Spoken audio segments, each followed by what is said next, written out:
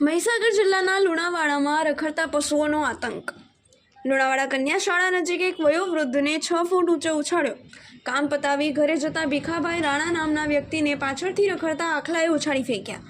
70 વર્ષીય ભીખાભાઈને 10 મિનિટ બાદ હોશ આવતા હોસ્પિટલ લઈ જવામાં આવ્યા. લુણાવાડા નગરના રસ્તા પર અવારનવાર અનેક આખલાઓના મલ્લયુદ્ધ. થોડા દિવસ અગાઉ પણ ફુવારા પાસે એક મહિલાને આખલાએ ઈજાઓ પહોંચાડી હતી. લુણાવાડા નગરની દરેક સોસાયટીના રહીશો રખડતા પશુઓને લઈ ત્રાહિમામ પુકારી ગયા.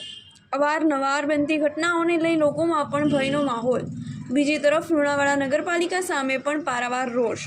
રખડતા ઢોર અંગે લુણાવાડા નગરપાલિકા યોગ્ય કાર્યવાહી કરે તેવી અવારનવાર માંગ હોવા છતાં પણ નગરપાલિકા ઘોર નિદ્રામાં.